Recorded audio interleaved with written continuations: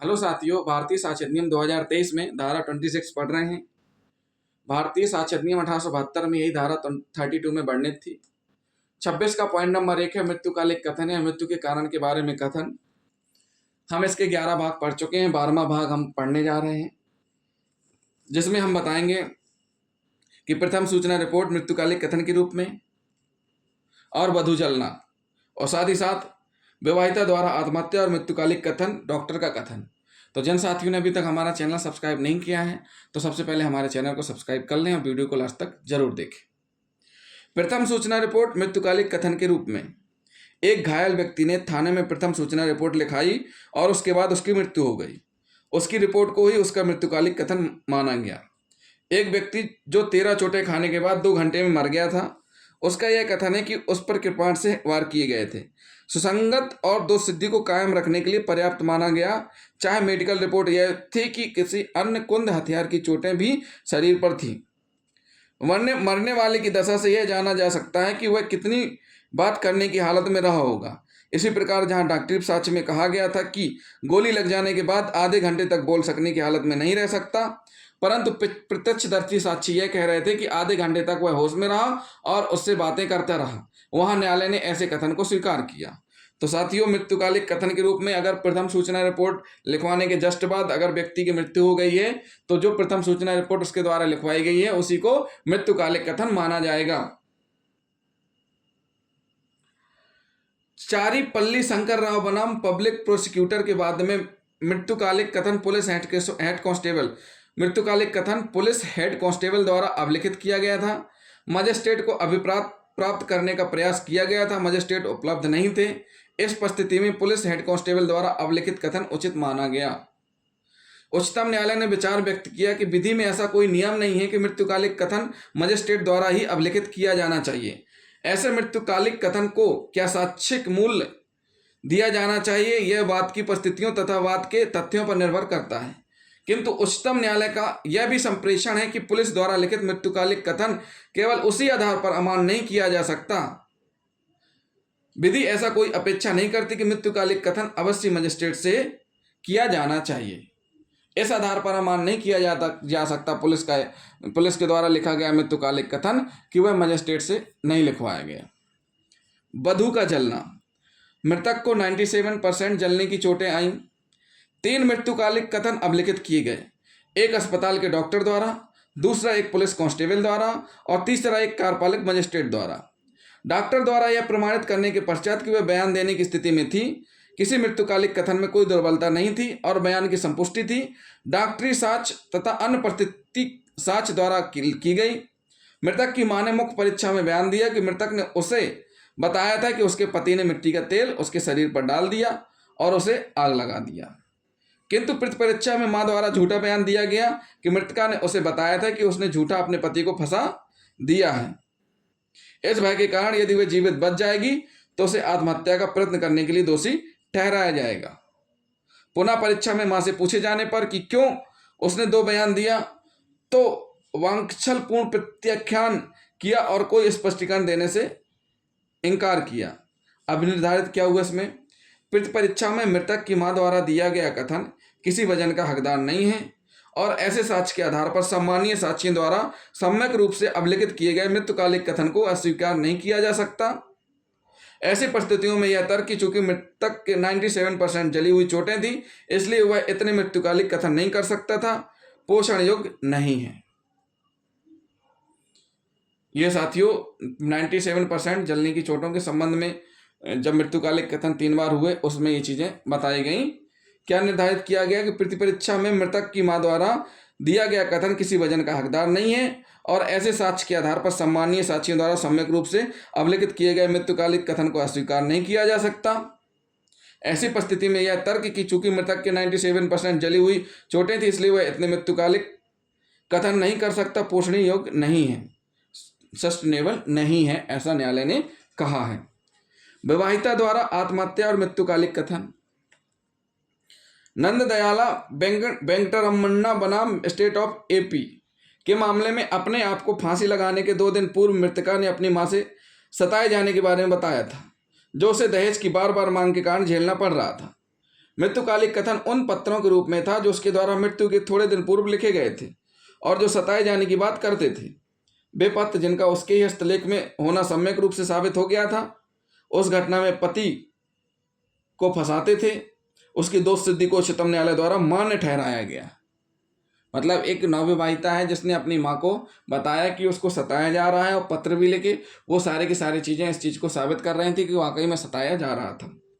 Doctor का कथन, बहू को जलाकर मार डालने की एक वारदात में जिस डॉक्टर के पास उसे ले जाया गया, उसका कथन था कि अस्पताल में आने के फौरन बाद उसने कहा कि उसके पति ने उस पर मिट्टी का तेल डालकर उसे आग लगा दी थी। डॉक्टर ने केस से संबंधित कागजों पर यह तथ्य नोट कर लिया था कि इस लिखित से डॉक्टर का न्यायालय में कथन संपुष्ट हो रहा है। न्यायालय ने कहा कि डॉक्टर को कोई कारण नहीं था कि अभियुक्त के विरुद्ध मिथ्या साक्ष्य दे या नकली कागज बनाए। डॉक्टर ने केस से संबंधित कागजों पर यह तथ्य नोट कर लिया था। देखिए, बहू को जलाकर मार डालने की एक वारदात में जिस डॉक्टर के पास उसे ले जाया गया, उसका कथन था कि अस्पताल में आने के फौरन बाद उसने कहा कि उसके पति ने उस पर मिट्टी का तेल डालकर उसे आग लगा दी थी। डॉक्टर ने केस से संबंधित कागजों पर यह तथ्य नोट कर लिया था। इस लिखित से डॉक्टर का न्यायालय में कथन संपुष्ट हो रहा था। न्यायालय ने कहा कि डॉक्टर को कोई कारण नहीं था कि अभियुक्त के विरुद्ध मिथ्या साक्ष्य दे या नकली कागज बनाए। मतलब डॉक्टर का ऐसा क्या था जो उसके खिलाफ झूठा मिथ्या साक्ष्य देगा, इसलिए मान्य है। पत्नी हत्या, मृत्युकालिक कथन के सिद्धांत को उस भयानक हत्या के संबंध में लागू करते हुए जिसे पत्नी हत्या कहते हैं, उच्चतम न्यायालय ने कहा, 3 अवसरों पर दिया गया मृत्युकालिक कथन जिसको परिस्थितियों के अनुसार संपोषण भी प्राप्त हुआ था, हमारे विचार में यह दोष सिद्धि के लिए पर्याप्त था। अभियुक्त के वकील ने कहा कि ऐसे मृत्युकालिक कथन पर विश्वास नहीं करना चाहिए। वह इस बात को बिल्कुल भूल जाते हैं कि जो कथन न्यायालय के सामने आया है वह स्त्री की अंतिम समय पर की गई बातें हैं। उस समय वह भयानक पीड़ा में थी, इसलिए उसके कथन की जांच इस कसौटी पर नहीं होनी चाहिए कि गवाहों द्वारा बताई गई बातों की भांति उसका पूर्ण रूप नहीं था। ऐसे मृत्युकालिक कथन को इस आधार पर अविश्वसनीय कहना कि उसमें कुछ या कई स्थानों पर कमियां हैं, अवास्तविक, अप्राकृतिक तथा अंतरात्मा के विरुद्ध होगा। क्या घोर जुल्म इस मामले में हुआ है कि पति के अपने ही घर में और उसकी देखरेख में उसकी पत्नी जलाकर मार दी गई, जिसे सजा मिली है। इस दोष सिद्धि में हस्तक्षेप करने का कोई आधार हमें नजर नहीं आता और न्यायालय ने दोष सिद्धि कायम रखी।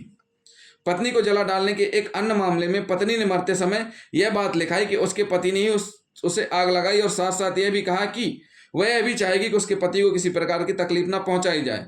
इस बात के आधार पर तर्क दिया गया कि यह मृतक के पति को फंसाने के स्थान पर उसे छुड़वाने का प्रस्ताव रखता था। न्यायालय ने उत्तर में कहा, न्यायालय ने क्या कहा उत्तर ने, बहुत बड़ी बात है, इसको नोट करिए, अधिकांशतः आ जाती है बात, कि पत्नी को जला डालने के एक अन्य मामले में पत्नी ने मरते समय यह बात लिखवाई कि उसके पति ने ही उसे आग लगाई और साथ साथ यह भी कहा कि वह यह भी चाहेगी कि उसके पति को किसी प्रकार की तकलीफ न पहुंचाई जाए। इस बात के आधार पर तर्क दिया गया कि मृतक के पति को फंसाने के स्थान पर उसे छुड़ाने का प्रस्ताव रखता था। न्यायालय ने उत्तर में क्या कहा, पत्नी की यह भावना कि उसके पति को कोई कष्ट न पहुंचाया जाए, जिसे सुनकर आंसू पैदा होते हैं, यह भारतीय नारी की संस्कृति दर्शाती है। एक पत्नी जिसे उसके पति ने आग में झोंका था, वह अपनी परंपरा के अनुसार फिर भी यह चाहती थी कि उसके पति को इस कारण कोई तकलीफ नहीं होनी चाहिए। इस भावना के कारण उसने अपनी बर्बादी को भूलकर भी यह चाहा था कि उसका पति सुरक्षित रहे। हम इस बात से सहमत नहीं है उसका पति दोषी नहीं था। हम इस बात से सहमत नहीं है कि उसका पति दोषी नहीं था। न्यायालय ने क्या कहा कि हम इस बात से सहमत नहीं कि उसका पति दोषी नहीं था। क्यों? क्योंकि ये भारतीय नारी की संस्कृति दर्शाती है कि एक पत्नी जिसे उसी के पति ने आग में झोंका था, वह अपनी परंपरा के अनुसार फिर भी यह चाहती थी कि उसके पति को इस कारण कोई तकलीफ ना होनी चाहिए। इसी भावना के कारण उसने अपनी बर्बादी को भूलकर क्या चाहा कि उसका पति सुरक्षित रहे। हम इस बात से सहमत नहीं है कि उसका पति दोषी नहीं था। न्यायालय ने कहा कि इस बात से सहमत नहीं है कि उसका पति दोषी नहीं था।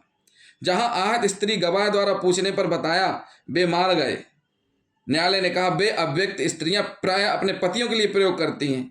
इन शब्दों का अर्थ है कि उसके पति ने उसे आहत किया, उन्होंने आहत किया। दे सामान्य का अर्थ वे हैं। कथन केवल पति की ओर इशारा नहीं कर रहा था, अतः वह मृत्युकालिक कथन नहीं था।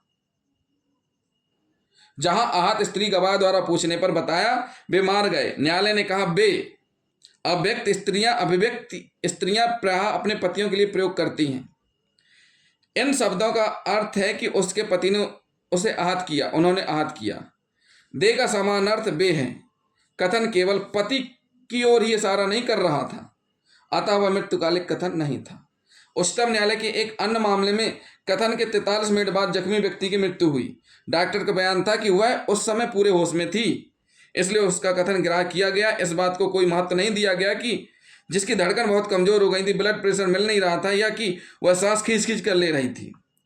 100% जलने से आए जख्म के मामले में डॉक्टर का परिसाक्ष्य कि मृतक के स्वास्थ्य की दशा ठीक थी को उच्चतम न्यायालय द्वारा स्वीकार किया गया। ऐसी ही दशा में एक स्त्री अस्पताल में भर्ती कराई गई।